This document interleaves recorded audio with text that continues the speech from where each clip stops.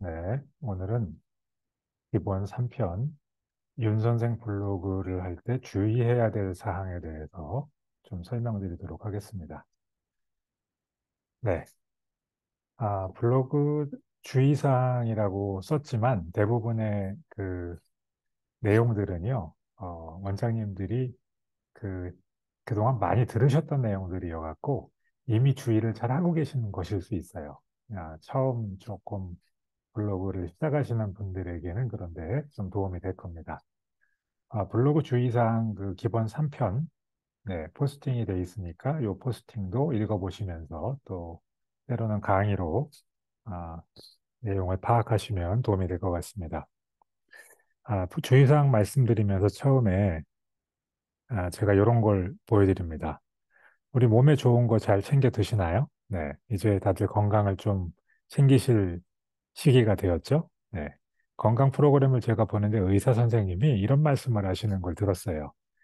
남들이 좋다고 하는 거를 많이 먹는 것보다 해로운 것을 먹지 않는 게 중요하다. 그래요. 몸에 좋은 거를 많이 먹으면 도움이 되겠지만 그러다가 나도 모르는 사이에 나한테 해로운 거가 들어오면 한 방에 가는 거죠. 그죠? 정말 명언입니다. 근데 이 좋은 것도 아니고 좋다는 거, 즉 정확히 알지 못하는 일반인들이 좋다고 하는 거를 그냥 막 먹어서는 그다지 나한테 유익할 게 없을 겁니다. 자, 그러면 이게 블로그와 무슨 상관이 있다는 말이냐? 왜 갑자기 블로그 하는데 이런 이야기를 하느냐? 자, 본론으로 들어가겠습니다.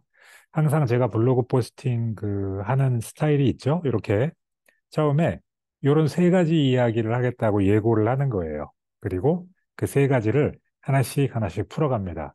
여러분이 포스팅할 때도 이런 그 체제를 한번 사용해 보시면 훨씬 짜임새 있고 좋은 폼으로 내가 전달하고자 하는 메시지를 고객에게 딜리버리 할 수 있습니다. 자, 왜 블로그를 하는지 잊지 마세요. 첫 번째 소제목입니다.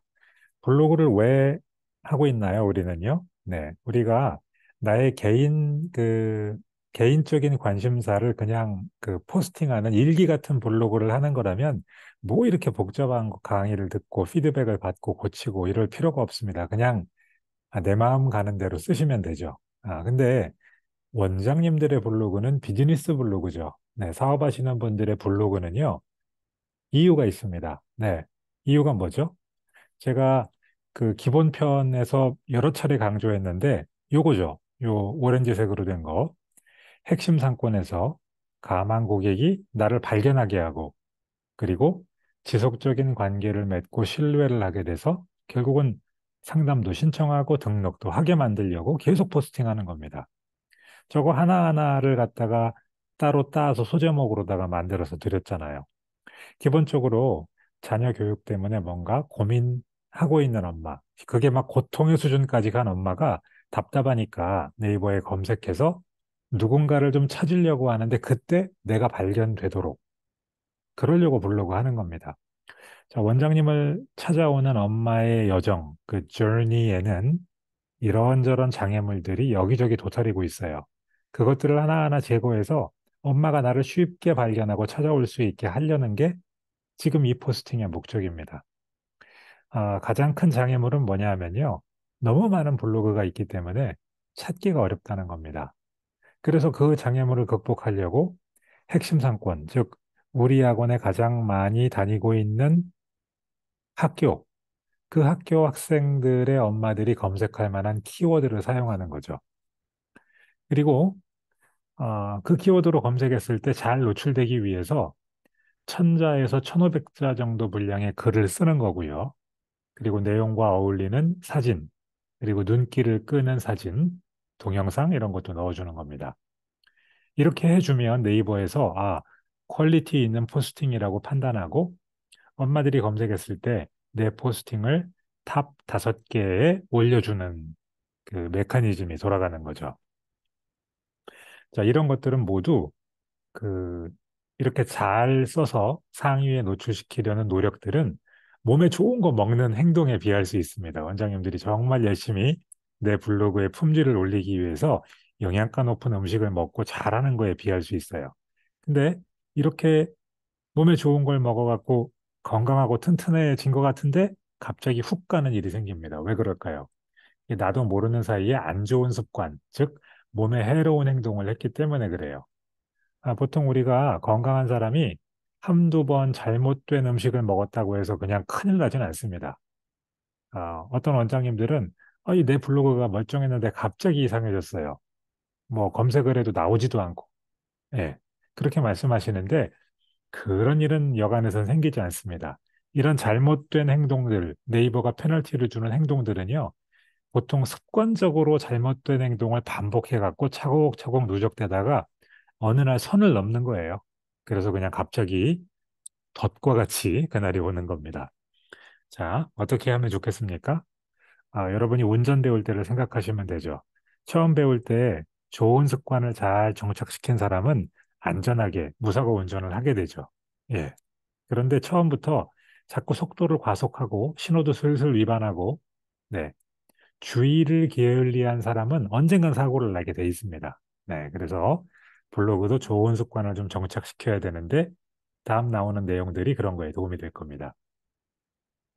자, 이런 거 하지 말아야 됩니다라고 제가 말씀드리는 거 몇 가지를 보여드릴게요. 일단, 타인의 글과 사진을 쓰는 거. 네, 이거 금물입니다. 그 네이버는요, 블로그를 하시는 분들을, 즉 블로거를 창작자라고 부르거든요. 이 독창적인 컨텐츠를 만드는 사람이라는 의미죠. 크리에이터. 여러분이 이 네이버 블로그 에디터에 글을 다 쓴 다음에 마지막에 누르는 버튼 기억나세요? 이름이 뭔지? 네. 완료? 아니죠. 발행입니다. 발행. 네. 퍼블리시. 영어로.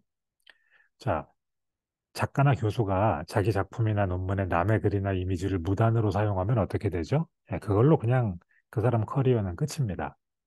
그 정도까지는 아니더라도요. 포스팅할 때 절제가 필요한 거죠. 다른 사람이 만든 글이나 이미지를 너무 과하게 갖다 쓰면요. 결국은 문제가 생깁니다. 여기서 근데 다른 사람에 해당하는 거는요. 당연히 윤 선생 본사나 동료 원장님도 포함이죠. 그 본사에서 예쁘게 디자이너가 디자인한 이미지를 SNS 홍보하라고 드리면은요. 그거 어때요? 이 블로그에 넣으면 되게 예쁘니까 쓰고 싶죠. 유혹이 큽니다. 근데 그거는 블로그용이 아니에요. 다른 SNS용이고요. 블로그에는 원장님이 직접 쓴 진솔한 글, 그리고 내가 찍은 사진, 네, 그거로 승부하는 곳입니다. 유사문서는 네이버에서 불이익을 받아요. 사실 내 블로그가 짝퉁이 되면 얼마나 안타까운 일입니까? 네이버 요 문서를 보면은요, 유사문서 판독 시스템이라는 게 있어요. AI가 원장님들의 그 블로그 포스팅을 싹 검사해가지고 다른 사람 거랑 비슷하게 뱉겠는지 아닌지 다 봅니다. 그리고 조금 조금 감점하다가 어느 순간 훅 가는 거죠. 그렇게 되지 않도록 조심하시고요. 또 본문의 전화번호를 자꾸 쓰시는 경우가 있어요. 쓰고 싶죠. 내가 정말 포스팅을 잘했고, 정말 우리 동네 핵심 상권에 있는 엄마들에게 도움이 되는 글을 썼는데, 그 글을 읽고 나한테 바로 연락하게 하고 싶은 마음이 있잖아요. 그러니까 전화번호 딱 적고 싶은데요. 이게 유혹이 큽니다. 몸에 좋은 음식, 맛있는 음식처럼 보이죠. 근데 그렇게 하지 말라고 네이버 가이드라인이 있어요. 텍스트건 사진 속에 있는 전화번호건 전부 반칙이에요, 지금. 교통 범칙을 자꾸 하다 보면 어느 순간 면허 정지가 되죠. 네, 우리 블로그에 그런 일이 생기지 않게 전화번호 노출하는 거는 안 하시는 게 좋습니다. 정말 파워 블로그가 되셔가지고 어떤 일을 해도 네이버가 용인해 주는 경우도 있거든요. 근데 대부분은 그러신 경우는 아니고 그런 분들은 굳이 이걸 들으실 필요도 없으니까요. 시작하는 블로거 원장님이라면 본문의 전화번호를 글자나 이미지 형태로 노출하는 걸 하지 마시기 바랍니다. 다음 제목에 나온 특수문자. 특수문자를 막 넣으면 되게 주목도가 높아지고 되게 좋아 보이거든요. 그래서 처음에 막 느낌표 넣고 여러 특수문자들, 네, 그 키보드 제일 위에 있는 그 문자들을 막 쓰시는 경우를 보는데요. 좋은 방법이 아닙니다. 본문에도 별로 좋은 방법이 아니고 특히 제목에는 특수문자를 사용하시면 이거 어뷰징이라고 해요. 뭔가 컨텐츠가 아니라 뭔가 이렇게 장치를 사용해서 눈길을 끌려고 하는 행동으로 오해받을 수 있습니다. 예, 그래서 꼭 필요한 문장부호나 기호 아니면은 특수문자는 제목에는 사용하지 않습니다. 특히 느낌표 사용하지 않아도요, 의사가 다 전달됩니다. 그다음에 습관적인 해시태그, 요거 별로 안 좋습니다. 이게 그 인스타 같은 데에서 해시태그를 많이 붙여가지고 뭔가 노출이 되고 이게 도움이 되기 때문에 블로그까지 그냥 그대로 그걸 습관을 가져오시는 경우가 있는데요. 별로 도움이 안 되는 것 같습니다. 정말 도움이 되는 방식으로 해시태그를 잘 쓰는 건 진짜 고수인데요. 그런 정도까지는 아니실 거예요, 다들. 그래서 해시태그를 차라리 안 하는 게 낫습니다. 어떤 분들은 자기 지역명하고 학원 해갖고 해시태그를 막 붙이시는데요. 그렇게 하면은 그걸 어머니가 눌러봤을 때 어떤 일이 생길까요? 네. 원장님 학원의 블로그를 읽고 뭔가, 여기 한번 관심해가지고 한번 상담해 볼까라는 마음을 갖다가 그걸 누르면 인근에 있는 다른 학원들 블로그가 같이 뜹니다. 거기도 보고 어떻게 하겠어요? 거기도 한번 들어가 보고 관심을 가질 수도 있잖아요. 다른 원장님들도 원장님만큼이나 블로그를 잘할 수도 있습니다. 네. 원장님 만약에 학원에 누군가 상담하러 왔는데 상담하다가 잘 상담해서 엄마의 관심이 많이 고조되었는데 중간에 그런데 어머니, 아, 이 동네에는 다른 좋은 학원들도 많으니까 거기도 가서 한번 상담해 보고 최종적으로 결정하시죠. 이렇게 말씀하시겠어요? 네, 그건 정말 상상할 수도 없는 상황 아닙니까? 네. 해시태그가 의도치 않게 그런 상황을 만들 수도 있다는 거 유의하시기 바랍니다. 네, 그다음에 다른 사이트로 트래픽 유도하는 거 네, 별로 좋지 않습니다. 그래서 어, 다른 그 링크를 붙여가지고 다른 SNS 사이트 이런 데로 막 이렇게 유도하고 그러는 거는 네, 별로 좋지 않습니다. 다른 SNS들이 있으면은요, 프로필에다가 그걸 추가하는欄이 있거든요. 네, 거기에 놓고, 거기도 방문해 달라. 그런 멘트 정도 붙여주는 거지. 본문에다가 막 내 인스타를 방문하게 링크를 붙이고 이러는 거 네, 별로 네이버 좋아하지 않습니다. 그건 사실 이해할 만한 일이잖아요. 우리도 그 임대료를 내거나 소유한 그 건물 앞에, 학원 앞에다가 다른 학원이 와서 막 광고하면은 기분 안 좋잖아요. 네. 똑같은 겁니다. 그 다음에 가독성을 떨어뜨리는 것들을 좀 주의하시면 좋겠어요. 요거 조금 신경을 안 쓰면은 흔히 빠지기 쉬운 함정인데요.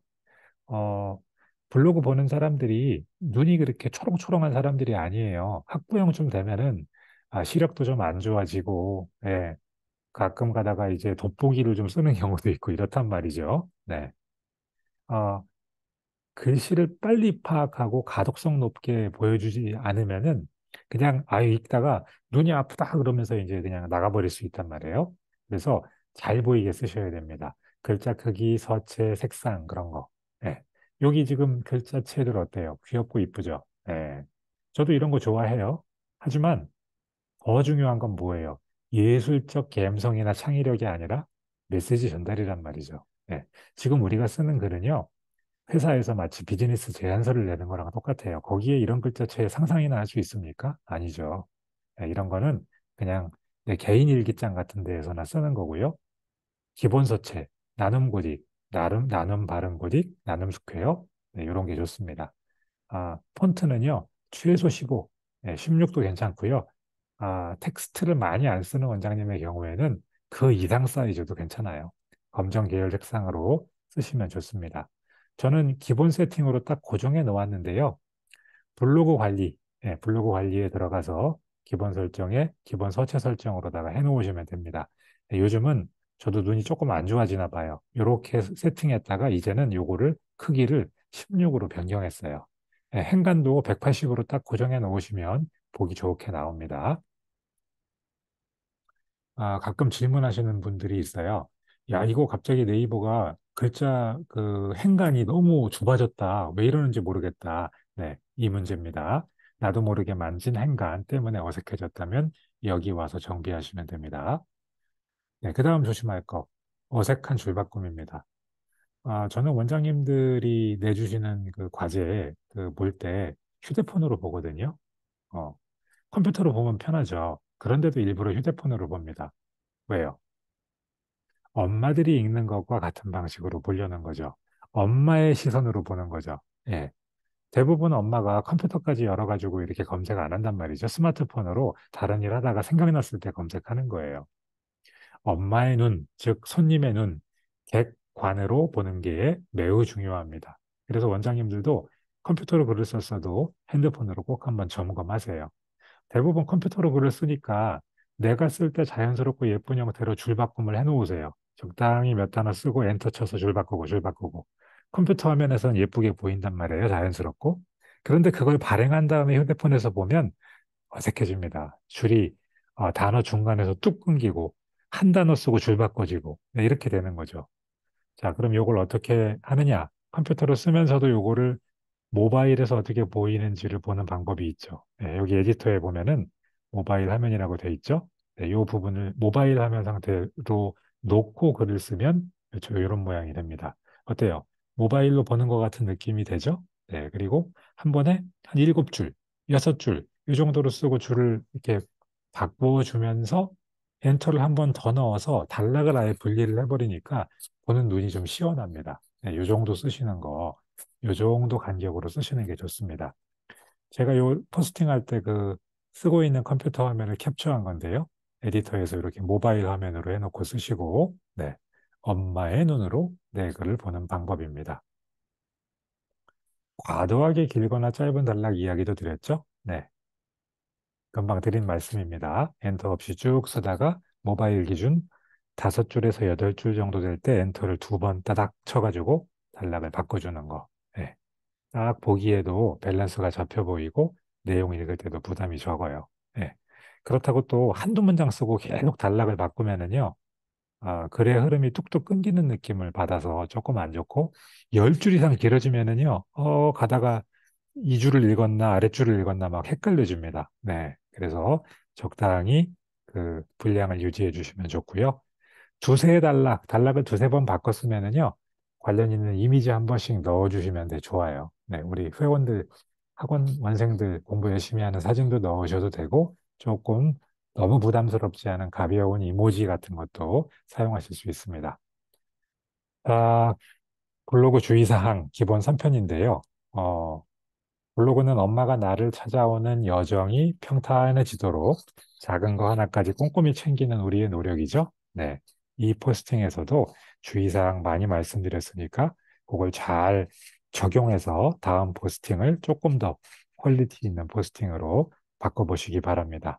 네. 계속해서 원장님들의 노력을 응원하겠습니다.